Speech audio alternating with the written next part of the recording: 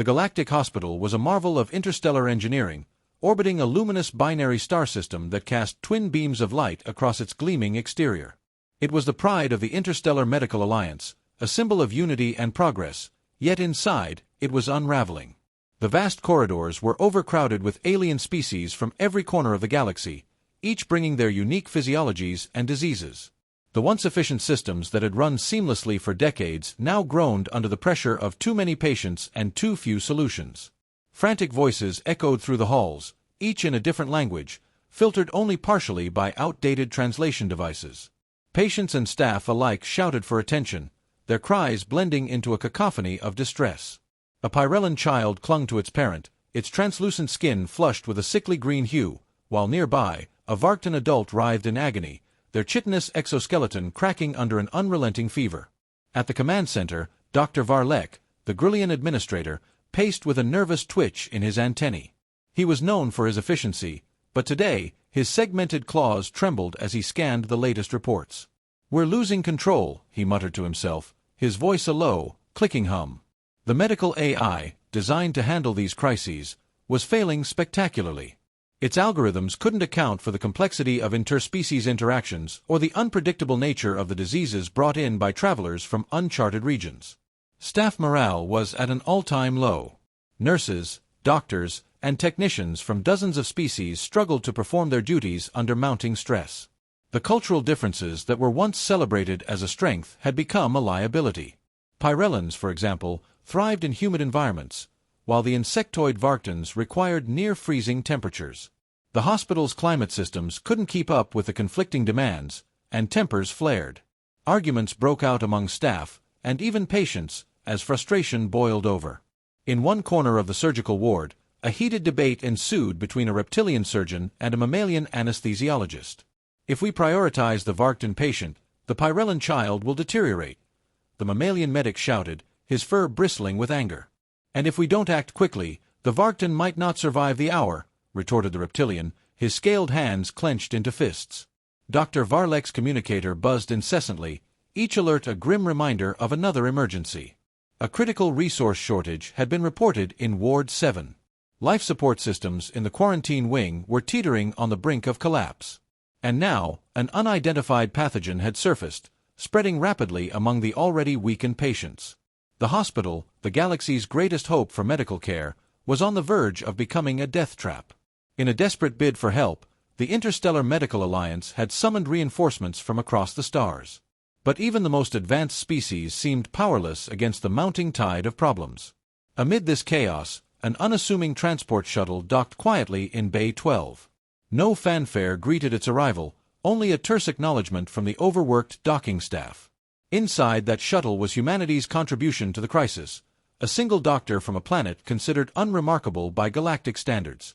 Dr. Eleanor Hayes stepped off the transport shuttle, her boots clicking softly against the polished metal of the docking bay. She was unassuming, dressed in a standard medical coat adorned with a faded patch from Earth's United Medical Corps. Her expression was calm, her demeanor steady, but the weight of the task ahead was undeniable. Around her, alien personnel glanced briefly in her direction before dismissing her presence. To them, she was a human, primitive, inexperienced, and entirely out of her depth. As she made her way through the chaotic halls, Eleanor took everything in with a sharp, practiced eye. The disarray was worse than she had anticipated. Overcrowded wards overflowed with patients of all shapes and sizes, each demanding attention. Medical staff moved frantically, their voices tinged with panic as they struggled to keep up. Translation devices stuttered, rendering communication slow and imprecise. It was clear that the situation had spiraled far beyond anyone's control. Her introduction to the hospital staff was met with skepticism. In the briefing room, alien faces turned toward her with a mix of confusion and disdain. A tall, reptilian nurse named Kasher was the first to speak. "A human," he hissed, his amber eyes narrowing. What could a species barely out of its home system possibly offer here? Eleanor didn't flinch under the scrutiny. "I'm here to help," she said simply. "Let's focus on that." Her voice was calm but firm, cutting through the tension. It was clear she wasn't here to prove herself with words. Her first opportunity came sooner than expected. In the surgical wing, chaos erupted as two critical patients, one a Varkton, the other a Pyrellin, were wheeled in simultaneously. Their conditions required immediate attention, but their conflicting medical needs posed an impossible dilemma. The staff argued over which patient to prioritize, their voices rising in frustration. Eleanor stepped forward. "What's the status on portable medipods?" she asked, her tone commanding. The staff paused, startled. A junior technician stammered, "They're operational, but they've never been used for cross-species stabilization." "Then let's test that today," Eleanor replied. She quickly directed the team to place the Varkton in a medipod, adjusting its settings to regulate the patient's fragile exoskeleton. At the same time, she prepared an experimental serum for the Pyrellin, using a blend of compounds she had studied during her time in Earth's xenobiology labs. The staff watched in stunned silence as her plan worked, stabilizing both patients within minutes. For the first time, there was a flicker of hope. The junior staff exchanged glances, their skepticism giving way to tentative respect. Even Kasher, though visibly begrudging, muttered an acknowledgment under his breath. Eleanor didn't bask in the moment. Instead, she moved on, quietly observing the hospital systems and taking mental notes. She saw the cracks in the infrastructure, the over-reliance on rigid AI protocols, and the lack of collaboration among the staff. It was a failing system, but in it, she saw potential. By the end of her first day, Eleanor had already begun to make an impression. While some remained doubtful, others found themselves drawn to her calm efficiency and unorthodox methods. The human doctor might have been a gamble, but for a hospital on the brink, she was quickly proving to be exactly what they needed. Dr. Hayes wasted no time implementing changes. She began by addressing the most glaring issue, the chaotic triage system. It was clear that the hospital had been operating on outdated protocols, designed for smaller, more predictable crises. Eleanor proposed a new method that accounted for both the physiological needs of different species and the severity of their conditions. "We don't need perfection right now," she told the staff. "We need functionality. Prioritize stabilization, not protocol." Her changes were met with resistance. Senior staff, particularly those who had been at the hospital for decades, bristled at her audacity. Dr. Varlek confronted her during a staff meeting, his tone sharp and accusatory. "You think you can waltz in here and fix what centuries of experience have failed to manage? Humanity is barely out of its cradle. What do you possibly know about running an intergalactic medical facility?" Eleanor didn't back down. "What I know," she replied evenly, "is that clinging to tradition while people die isn't experience, it's stagnation. Earth's history is full of crises where we had to adapt or perish. This is no different. If we can stop arguing long enough to actually collaborate, we might stand a chance." The room fell silent.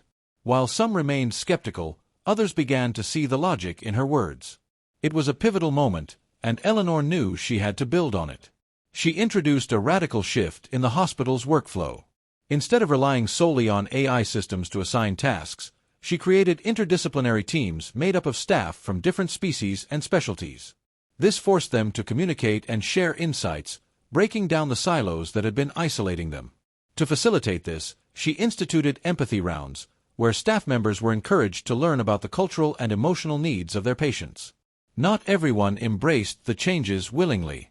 Kasher was one of the most vocal opponents, his distrust of humans fueling his resistance.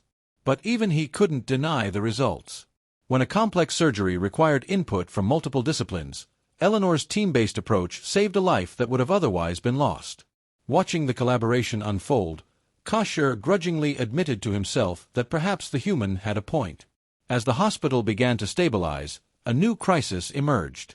An outbreak of an unidentified pathogen swept through the wards, threatening to overwhelm the already stretched resources. The pathogen was highly adaptive, mutating rapidly and resisting conventional treatments. Panic began to set in among the staff. Eleanor took charge, organizing a cross-species task force to analyze the pathogen. Each species contributed unique biological insights, pooling their knowledge in a way that had never been attempted before. Eleanor herself worked tirelessly, synthesizing data and running tests. Within hours, she proposed a universal antidote that targeted the pathogen's adaptive mechanisms. The antidote was risky, untested, and required precise coordination to administer. But with no other options, the hospital staff rallied behind her plan. By the end of the day, the outbreak was under control. For the first time in weeks, the tension in the hospital began to ease. Eleanor's leadership had turned the tide, proving that adaptability, collaboration, and a touch of human ingenuity could succeed where rigid systems had failed. Skeptics began to see her not as an outsider, but as a leader. The hospital was quieter now. The corridors, once filled with panicked voices and hurried footsteps, carried an air of cautious calm. Patients rested more peacefully in their beds, and the staff moved with a renewed sense of purpose. Dr. Hayes stood at the center of it all, observing the transformation she had helped to create. The Galactic Hospital, once on the verge of collapse, was finally functioning as it should. Word of her success had spread quickly. Staff who had once doubted her now approached her for guidance, eager to learn from her methods. Even Dr. Varlek, who had been her most vocal critic, seemed to have undergone a change. In a rare gesture of humility, he sought her out after a particularly grueling day. "I may not understand humans," he admitted, his voice softer than usual, "but I cannot deny what you've accomplished. The hospital owes you more than we can express." Eleanor simply nodded. "This wasn't about me," she replied. "It was about what we could do together. That's how we survive, by adapting and working as one." Her words carried the weight of experience, earned through the countless challenges she had faced both on Earth and now among the stars. One of the most profound moments came in the pediatric ward, where a young Pyrellan child approached her. Its large, glistening eyes reflected a mix of gratitude and awe. Unable to speak in human terms, it extended a small, webbed hand toward her. Eleanor crouched down, gently accepting the gesture. It was a simple, silent moment, but it carried more meaning than words ever could. With the immediate crisis over, Eleanor turned her attention to ensuring the hospital's long-term stability. She worked with the staff to codify the new system she had implemented, blending human intuition with the advanced technology already in place. Empathy rounds became a permanent feature, fostering a culture of understanding and cooperation among the diverse workforce. AI systems were reprogrammed to act as support tools rather than decision-makers, ensuring that the staff retained control over critical situations. She also initiated a training program to prepare the hospital for future challenges. Drawing on her experiences, she designed simulations that tested the staff's ability to adapt under pressure, emphasizing creativity and teamwork over rigid protocol. The program quickly became a cornerstone of the hospital's operations, inspiring other facilities across the galaxy to adopt similar methods. As the days turned into weeks, the Galactic Hospital became a model of efficiency and compassion. Patients from across the universe sought treatment there, drawn not only by its cutting-edge technology but by the reputation it had earned under Eleanor's leadership. The once fragmented staff now worked as a cohesive unit, their differences no longer a source of conflict but a strength they embraced. Eleanor often found herself at the observation deck in the evenings, gazing out at the binary stars. She thought about the path that had brought her here, the challenges she had faced, and the lives she had touched. Humanity had always been underestimated in the galaxy, seen as fragile and inexperienced. But now, through her actions, she had shown what her species was capable of: resilience, innovation, and above all, heart. As the stars twinkled in the distance, Eleanor allowed herself a rare moment of reflection. The work was far from over, but for now, the hospital was thriving. Humanity had left its mark, and in doing so, had earned its place among the stars.